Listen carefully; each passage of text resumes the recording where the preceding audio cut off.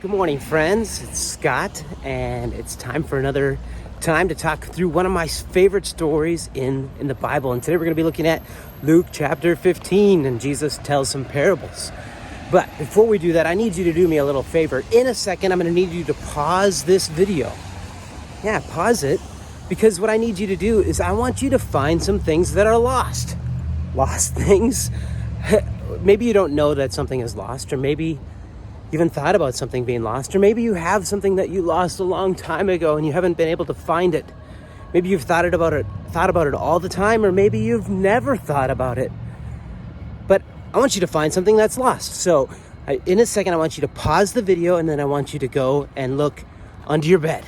I want you to look underneath a chair or a couch, and I want you to look behind some furniture. I want you to sweep and dig and find and see what you can find that is lost. Maybe it'll be a toy. Maybe it'll be, if you have a dog, maybe it'll be some dog hair. Maybe it'll be a penny or a quarter or even $1. But what will you find that is lost in your house? So go ahead and pause this video.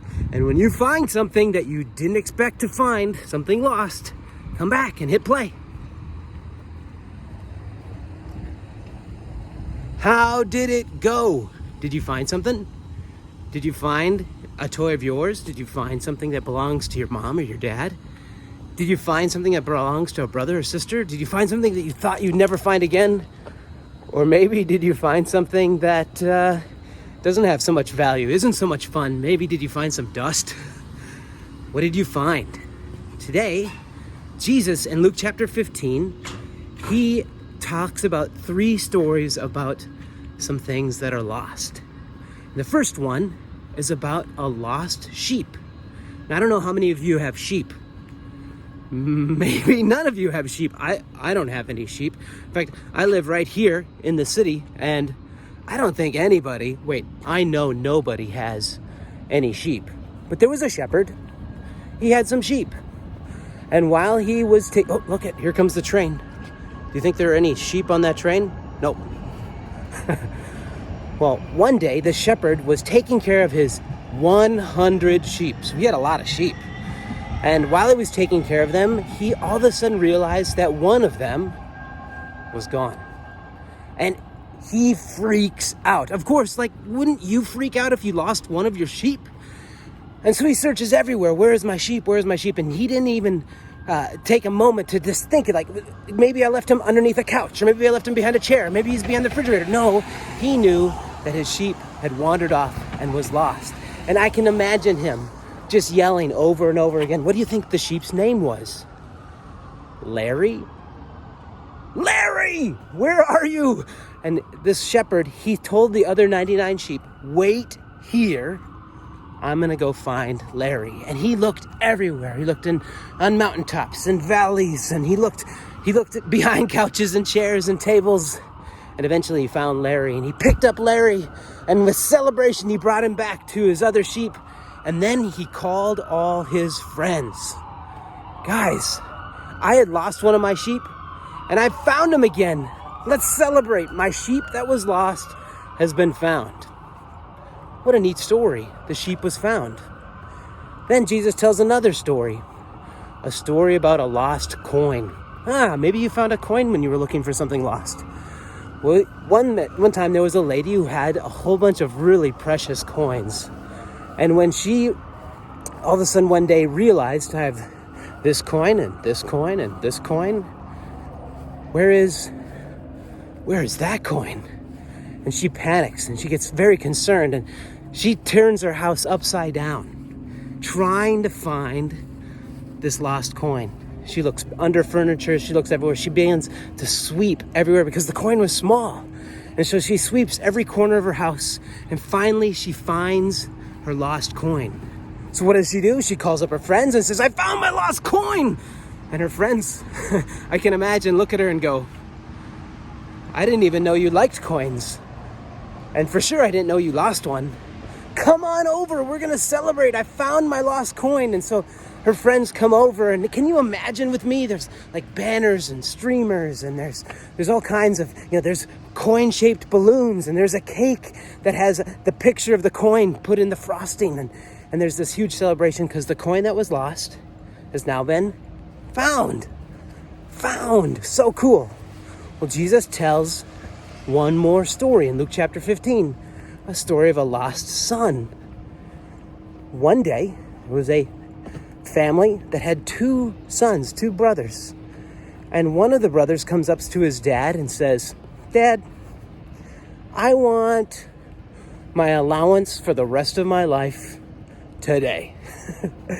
And I know that maybe you've asked your dad for that or your mom for that before. Can I get 7 years of allowance? Could I have it all right now? Can I have the car? And maybe your parents have said no. Well, the thing is, in this story, the son asks for his inheritance, his entire inheritance, all of his allowances for his life, right in that very moment. And his dad gives it to him. When he receives this allowance, he takes all of this money and takes all of his stuff and he packs up and he leaves. He goes away. When he goes away, he goes off to a far off land. He travels far away and he starts to spend that money and spend that money and spend that money and spend that money. I don't know what he got, but it was all gone. And there he was, no money, no family, no friends. All alone in this foreign land. I wonder what he did. Well, we see in this story, he had to do anything that he could. He really had to struggle to try to make things work so that he could live. And eventually, he was working as a servant of a farmer, feeding the pigs. And he said to himself, life would be so much easier, so much better if only I could go and be my dad's lowest, simplest servant. Even if I would go home and my family didn't even want me back, but I could live there, I would have it better than I have it now. I'm going home. So he packs up his things and decides to start moping, walking, even fearful or scary to go home, wondering what his dad and his brother, his family is going to say about him. Are they going to ask if I've got my inheritance still? Are they going to ask me what I've been up to? They're probably going to be disappointed. They probably aren't going to want to see me. Well, he makes his way. He starts walking his way home, and as he gets close to starting recognizing different parts of home, all of a sudden there off in a distance, he sees a silhouette of a person. And this person starts running towards him. What is happening? What is going on? And all of a sudden, as it gets closer and closer, he realizes it's his dad running towards him. And in this moment, he feels fear, like, what is dad going to say? He's going to be mad. Is he coming to yell at me? But instead, his dad runs and reaches him and celebrates. You're home. You're home. I can't believe it. You're home. And so the dad immediately says, my lost son, who was even like dead to us, he's alive again, and let's celebrate. And so he told his other family members, he said, go, let's make a huge feast. Get an amazing coat. Get everything that you can, because we're going to throw a huge party because he's home. He's home. He's back. So they throw this huge party. They're celebrating that the son is back. And then the other brother shows up. Asks one of the other people that are there at the party, what is happening? And says, well, your brother who was gone is back, and we're celebrating that he's back. The brother says, wait, why are we celebrating him being back? He took his allowance for the rest of his life and then wasted it. Now we're celebrating that he's back? Why would we do that? Well, this brother goes to his dad and goes, why are we celebrating? You've never even thrown any parties for me.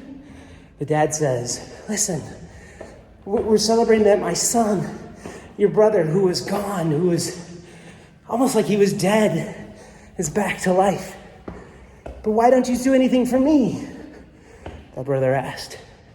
And the dad said, listen, everything that I've had, all of this has always been yours. Now, we're celebrating your brother because he's alive, he's back. Now, some cool things about this story. Things that just blow my mind. Things that are so cool.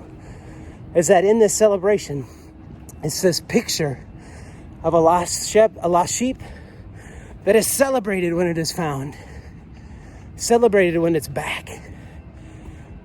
This parable of this lost coin that's celebrated when it's back. Celebrated. It's sought out. There's looking for it and celebrated when it's found. And then a lost son who was reached out by his dad and celebrated when he's back. And the picture that just is so beautiful to me is seeing this picture of this dad waiting on the top of a hill, waiting and hoping that someday, my son will come home and I'll see him and I'll celebrate when he's back. And so I want you to imagine with me as I walk across the city today, there's a moment where God, Jesus, he's eagerly looking for relationship with us. He's up on a hilltop and he's wondering, when are you coming? He's so excited to have a relationship with you. And today I walk up to the roof of this parking garage and I have this great view of the city, of the park.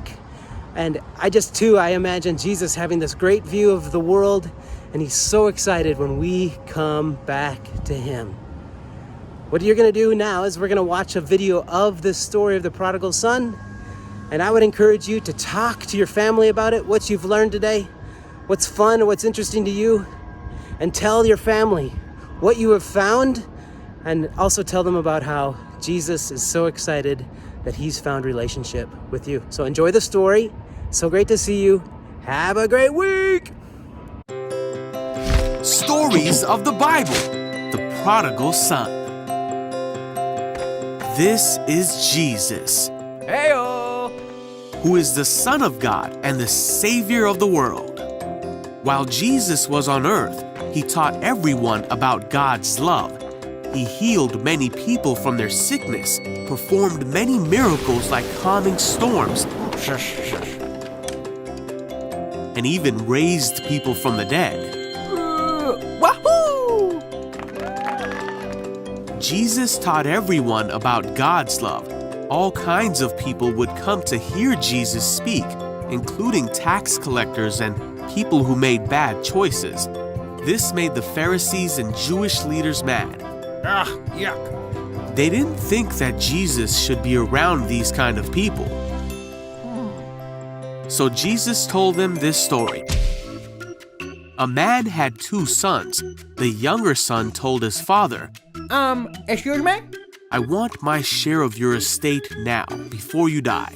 Okay. So his father agreed and gave his son his inheritance. Woohoo! A few days later, this younger son packed all his belongings See ya. and moved to a distant land. And there he wasted all his money in wild living. Huh?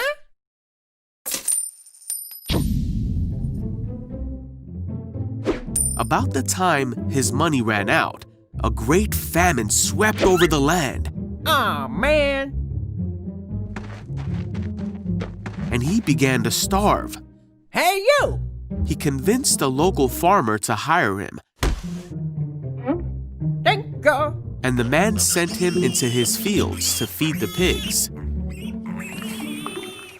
The young man became so hungry that even the food he was feeding the pigs looked good to him. But no one gave him anything.